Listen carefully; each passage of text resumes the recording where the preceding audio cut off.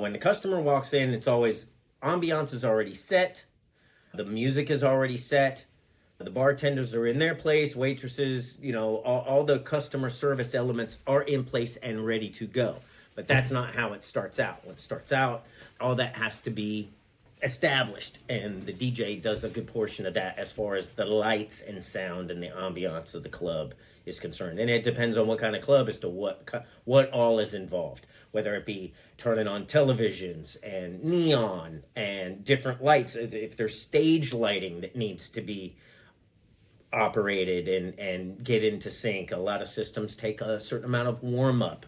Back in the day, that used to be light bulbs that needed to be changed out and maintained, and there was a great deal of maintenance that would go into play. So you're in charge of music, lights. Yep, the stage cleanliness was also a portion of DJ's responsibilities. When I started in the smaller clubs, where the stage would be right next to the booth, they're practically connected. So I had access to the stage and portion of the stage, so getting the stage ready was also part of my Looking back now, would you say that would be an advantage or a disadvantage, being so close to the talent? Well, it turned out to be a great advantage, especially at the beginning, because not knowing really how the business worked, I became very dependent on my staff to tell me and to communicate with me what the end result we were shooting for, and that we could collaborate to make that happen. So you actually did have training, but you had training from the girls. That's correct. The bouncers. Correct. The bartenders. Correct. Yes, I learned from the people in the club how I could best service them. So I think they probably noticed that you were very green in the beginning. Certainly. And was this something you had to win them over? Or were they not nice to you in the beginning? No, there is a great deal of competition. So it's just like the bartenders, they get, based on their established rapport with their customers, they will have repeat customers, and certain customers only come in on certain days because that staff member is working on those certain days. The rapport is done the same way with all other members of the staff, as well as the supporting staff. So your DJs, there would be girls that was their favorite. Same thing with the rest of the support staff. Your bouncers, your bar backs, and everybody else had their favorites. So you fell in and out of favor with your money makers. You would also figure out which shifts and which nights generated the most money, brought in the most customers. If you had a bartender that had great rapport and a lot of regular customers, same thing with the entertainment, had great rapport and repeat customers, and you had a strong DJ that was able to fill the house and keep everyone entertained the entire time, then everyone involved maximized.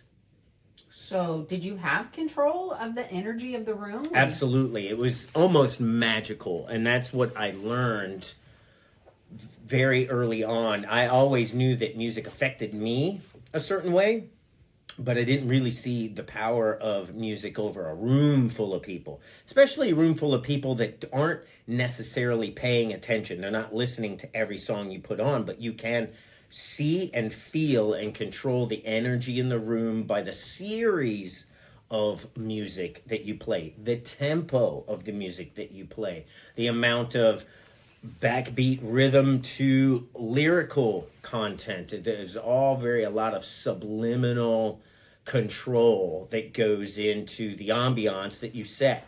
And this is evident, for example, in elevators. They play something extremely non-offensive, what they used to call muzak. It wasn't even, almost not even identifiable. Okay, thank you, Maury, for taking us down that road of elevators, but I'm going to try to keep you on topic here. We're back.